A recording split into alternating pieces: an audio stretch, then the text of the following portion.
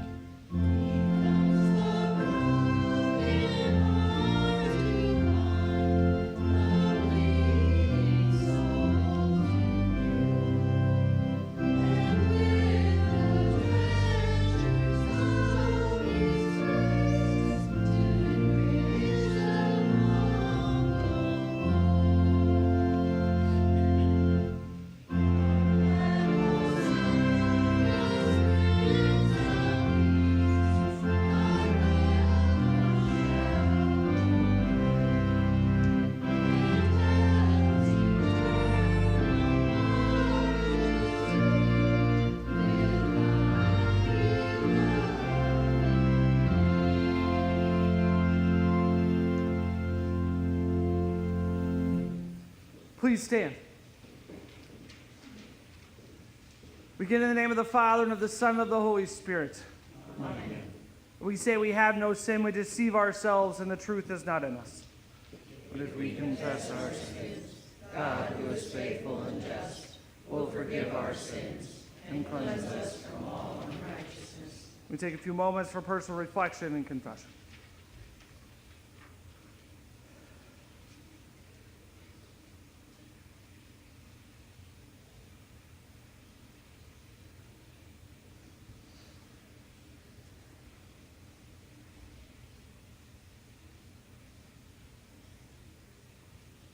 Let us then confess our sins to God our Father. Most merciful God, we confess that we are captive to sin and cannot free ourselves. We have sinned against you in thought, word, and deed, by what we have done and by what we have left undone. We have not loved you with our whole heart. We have not loved our neighbors as ourselves. For the sake of your Son, Jesus Christ, have mercy on us. Almighty God in his mercy has given his Son to die for you, and for his sake forgives you all your sins. As a called and ordained servant of Christ, and by his authority, I therefore forgive you all your sins in the name of the Father, and of the Son, and of the Holy Spirit. Amen. You may be seated as we sing our next hymn, Come Thou Long Expected Jesus, hymn 338.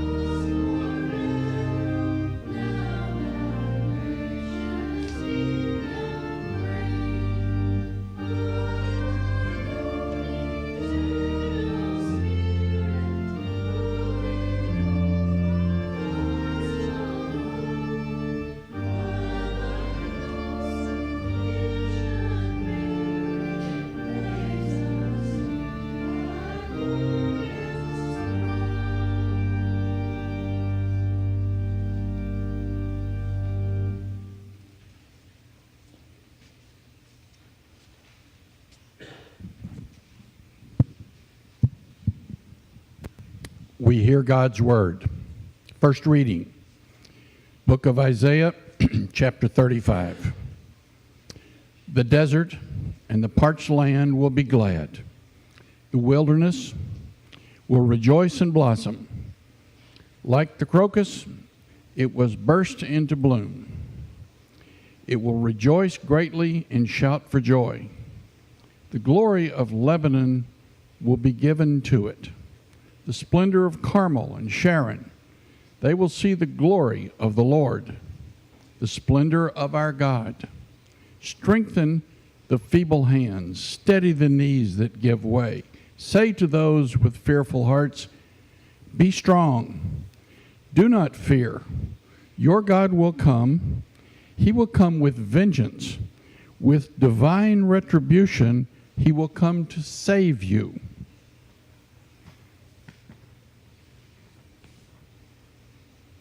Then will the eyes of the blind be opened and the ears of the deaf unstopped. Then will the lame leap like a deer and the mute tongue shout for joy. Water will gush forth in the wilderness and streams in the desert. The burning sand will become a pool, the thirsty ground bubbling springs. In the haunts where jackals once lay, grass and reeds and papyrus will grow, and the highway will be there. It will be called the way of holiness. The unclean will not journey on it. It will be for those who walk in the way. Wicked fools will not go about on it.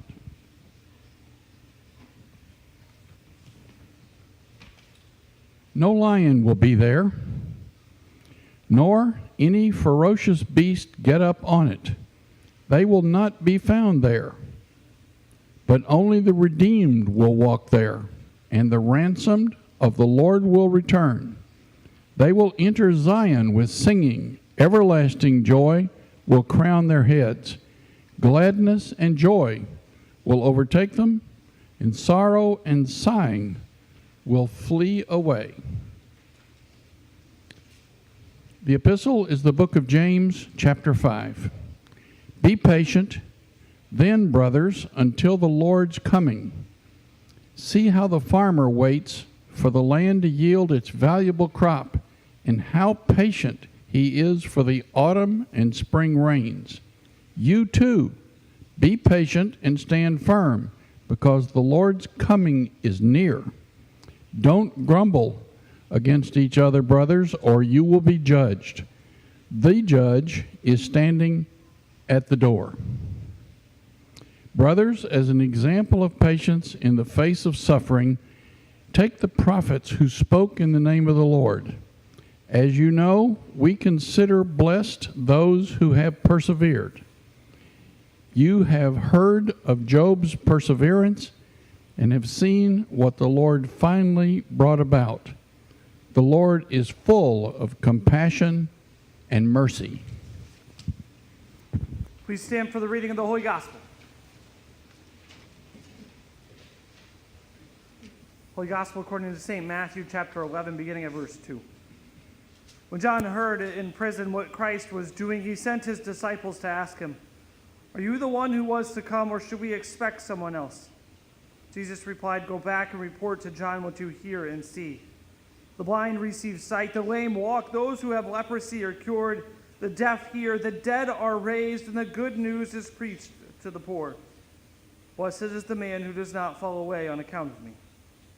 As John's disciples were leaving, Jesus began to speak to the crowd about John. "What did you go out into the desert to see? A reed swayed by the wind? If not, what did you go out to see? A man dressed in fine clothes?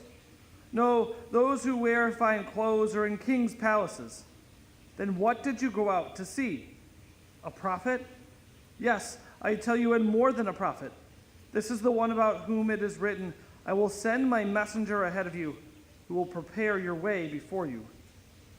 I tell you the truth, among those born of women there has not risen anyone greater than John the Baptist. Yet he who is least in the kingdom of heaven is greater than he. From the days of John the Baptist until now, the kingdom of heaven has been forcefully advancing, and forceful men lay hold of it. For all the prophets and the law prophesied until John. And if you are willing to accept it, he is the Elijah who is to come. He who has ears, let them hear." This is the gospel of our Lord. We now continue by confessing our common Christian faith in the words of the Apostles' Creed.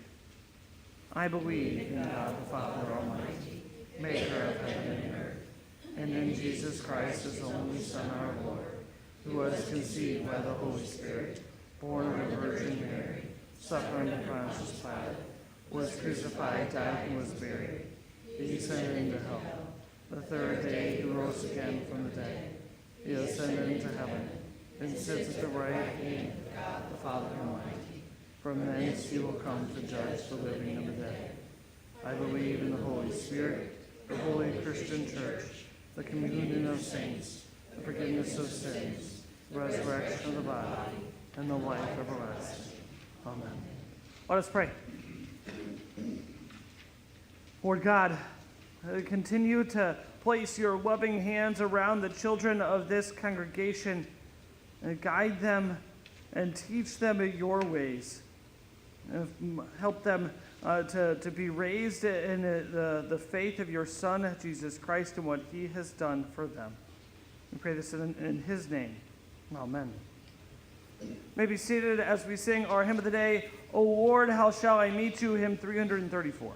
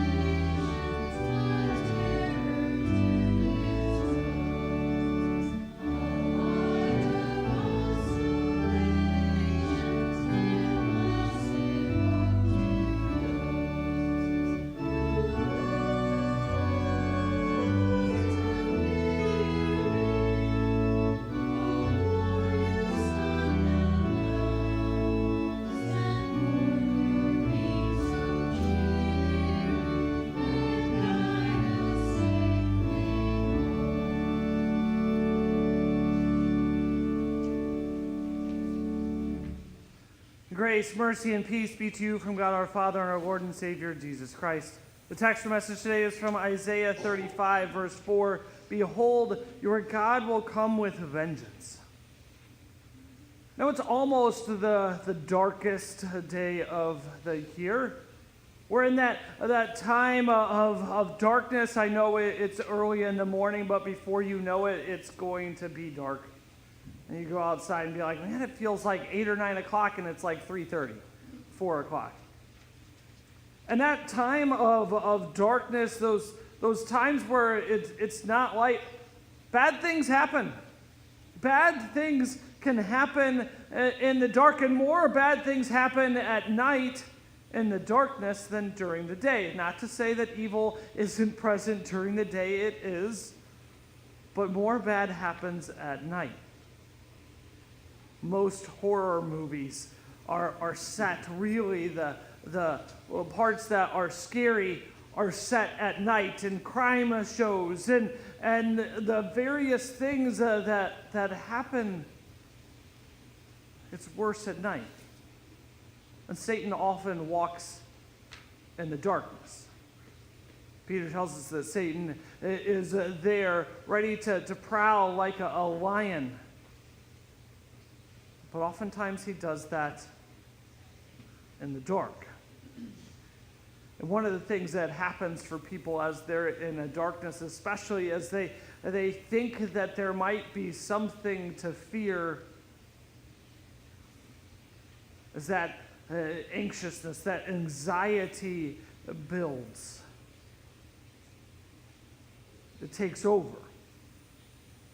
And the fear, whether it's real or not, continues to grow. Until that's all you can think about. This is what was happening for the people of Judah. The fear was all that they could think about. Now, there's some reasons behind this. The people of Judah had just witnessed, not that long before, within the last of several years, they had witnessed Syria being overcome. They witnessed Israel being overcome by Assyria. And all of the major cities and towns in Judah, with the exception of Jerusalem, had been wiped out. There was not much left. It was a dark time in Judah. And the people still, some of the people at least, understood themselves to be God's chosen nation. Of what that was and how they followed God was a different thing for them. But they were supposed to be God's great nation. And yet it was a time of darkness. A time of darkness where their knees were shaking and their hands couldn't do much. And really, they didn't stand a chance. They didn't stand a chance against the Assyrian army, and Jerusalem was all that was left. And Jerusalem was a great place to be safe. It's up on a hill, and the way the walls were constructed around it is really hard to get into Jerusalem. But at least for Assyria, it was less hard to surround Jerusalem and not let anybody in or out, which could only last for a certain period of time. And this is where the Lord then comes and speaks through Isaiah. He says, "Say to those who have an anxious heart, be strong, fear not. Behold, your God will come with vengeance. With a recompense of God, he will come and save you." He says, be strong. Fear not. In this bleak moment for them, he told them to be strong. They didn't need to fear Assyria. They didn't need to fear the darkness. They didn't need to fear or be anxious, because he would come, and he would come with vengeance. And we'll get to that in a few minutes. But he would come with vengeance. And then he says, and he will come and save. The Lord would come and save. This happens for Judah. The next couple of chapters in Isaiah tell us that story. where the whole army of Assyria was gathered around Jerusalem, and in one night 185,000 Assyrian soldiers were killed by the Lord. And not long after that, the Assyrian Empire fell. The Lord came with a vengeance and saved his people. God delivered his people, at least for a time. Another 50, 60 years. And they were okay. The Lord came and saved his people. Now, you don't have to worry about the Assyrian army or any army coming against you. It's not that kind of dire situation. And yet there's still darkness. There's still darkness. There's still evil. There's still sin. And the words of the Lord still ring true. Say to those who have an anxious heart, be strong, fear not. Behold, your God will come with vengeance. He will come and save you. He will come with vengeance.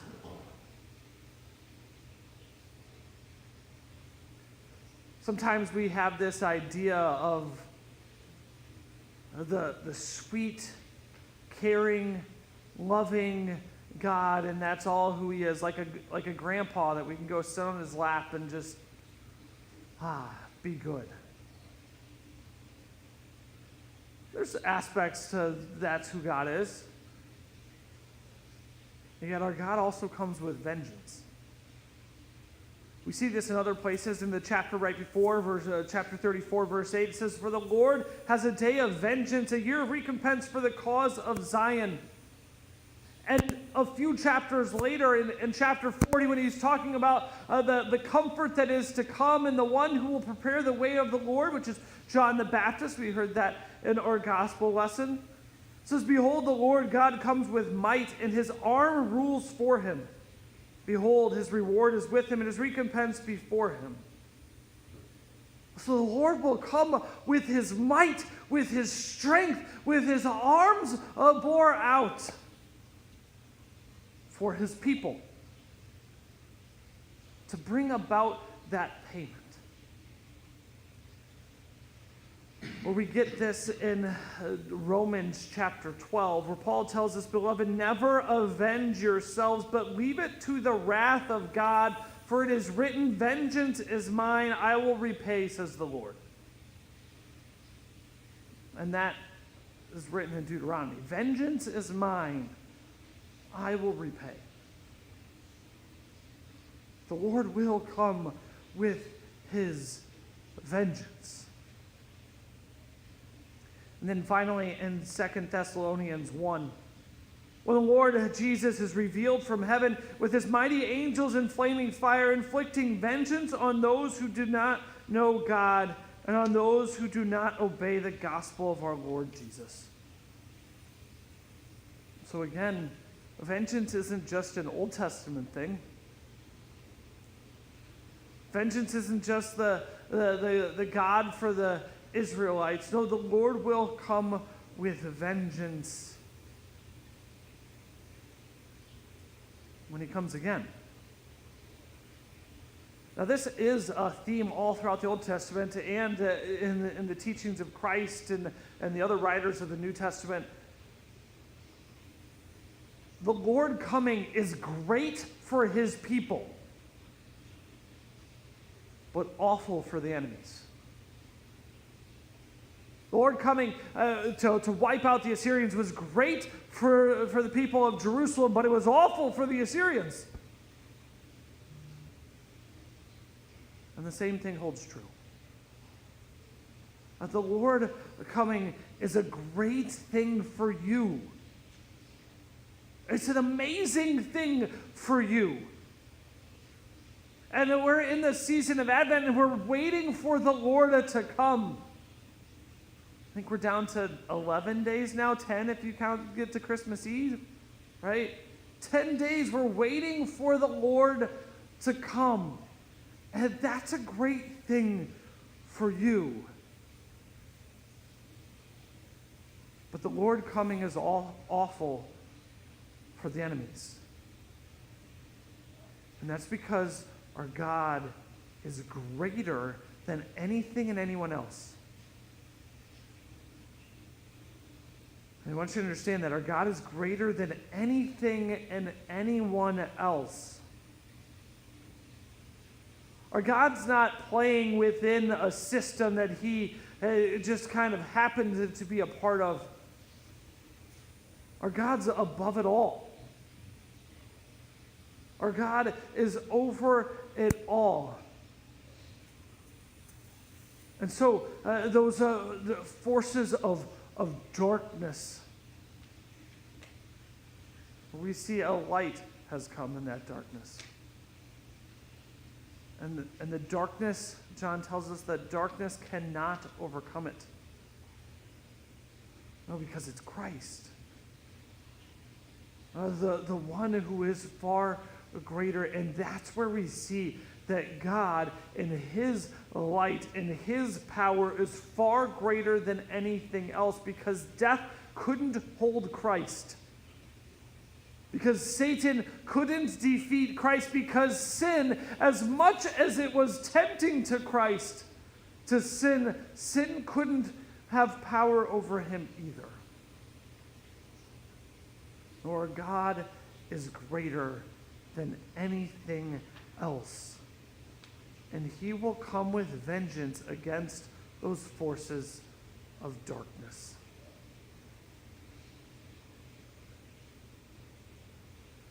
See, God settles his accounts. God likes a clean book, so to speak. He wants everything to even out.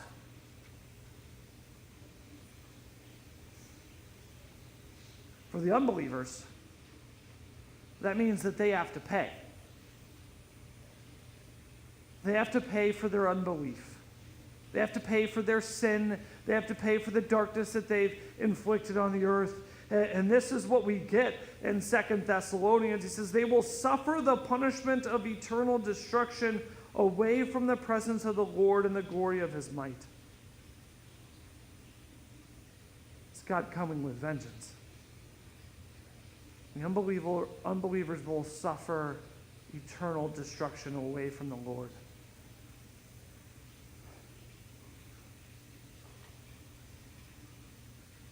But for you who believe, that vengeance of God doesn't come on you, it went to Christ. It had to be paid for also. Your sin, your darkness, the evil things that you have done, that had to be paid for as well, but that was paid by the blood of Christ. You were made clean by the blood of Christ. That evil was wiped away by his blood. And the vengeance doesn't come on you because it went to Christ. This is why he came. This is why he was born. This is why we celebrate Christmas. It's to get to Good Friday and to Easter. And to look forward to his return. His second coming. And that eternal reign of God. That eternal reign where he has removed all darkness. And there is just light. And the great thing for you is that you don't have to be the one to settle the accounts. You don't have to be the one to pay off your debt to the Lord. You don't have to be the one to wipe out all the darkness. Because that has happened in Christ. And now for you, you have that everlasting peace. And in our text in Isaiah, we see the things that were desolate, the desert, a place with no water, a place with very little life. And then have springs of water in great abundance. We see the blind and the lame, and those who can't walk and those who can't hear, all of that be reversed. And this is what we get in our gospel. Jesus was the one to do it. The light to overcome the darkness, the glory of God whom you have. He is present with you.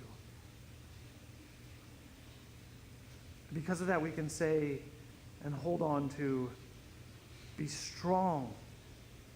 Do not fear. He will come. He does come. He has come for you to save you. Amen. And may the peace that passes all understanding keep your hearts and minds in true faith to life everlasting. Amen.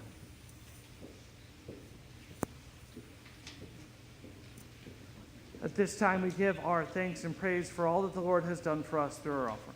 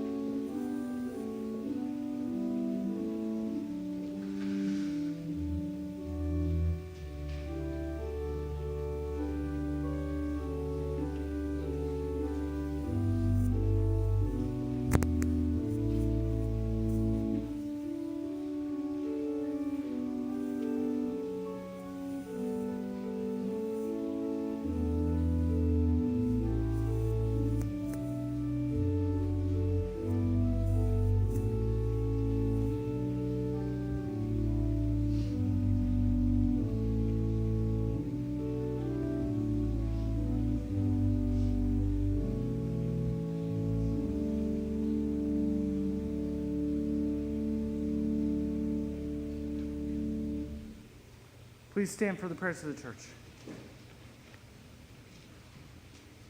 Let's pray for the whole church of God in Christ Jesus and for all people according to their needs.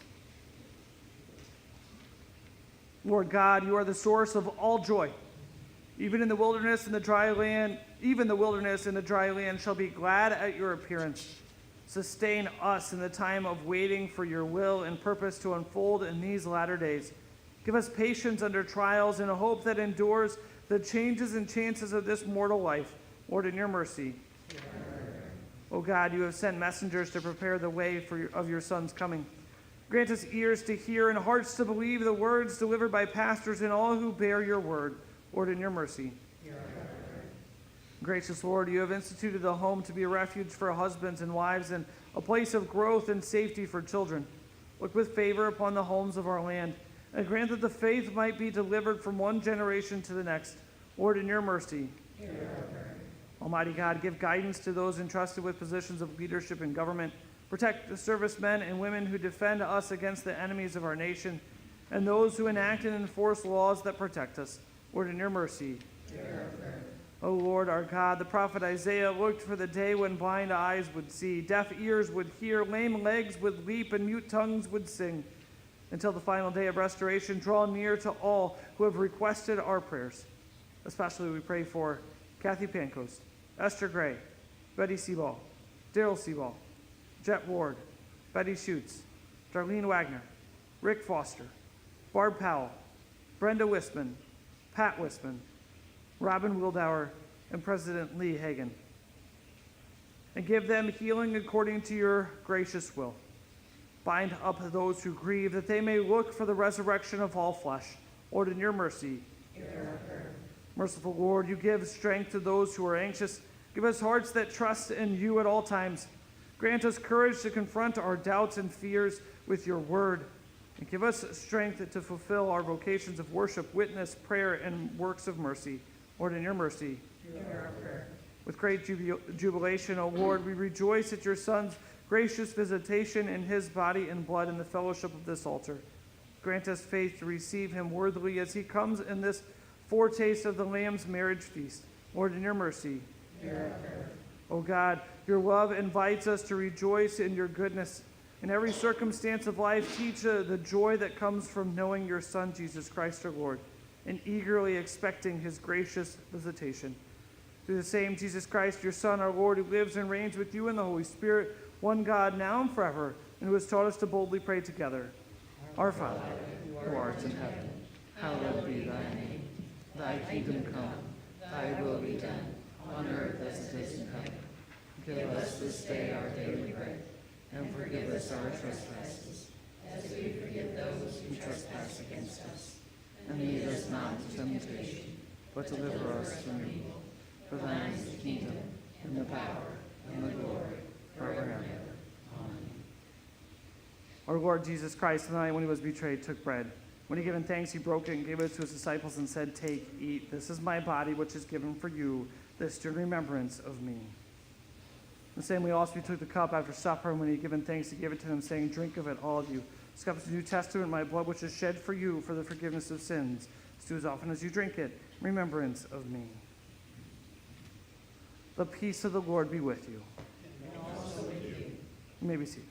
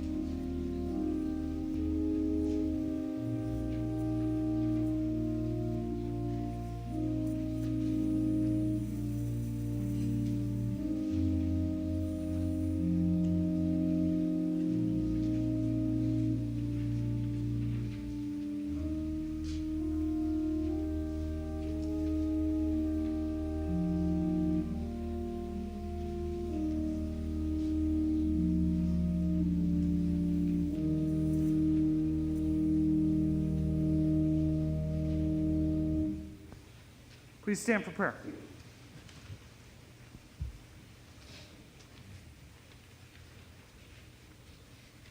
Let us pray. We give thanks to Almighty God that you have refreshed us through this salutary gift. And we implore you that of your mercy you would strengthen us through the same in faith towards you and in fervent love toward one another. Through Jesus Christ, your Son, our Lord, who lives and reigns with you in the Holy Spirit, one God, now and forever. Amen. The Lord bless you and keep you. The Lord make his face shine upon you and be gracious to you. The Lord look upon you with his favor and give you his peace.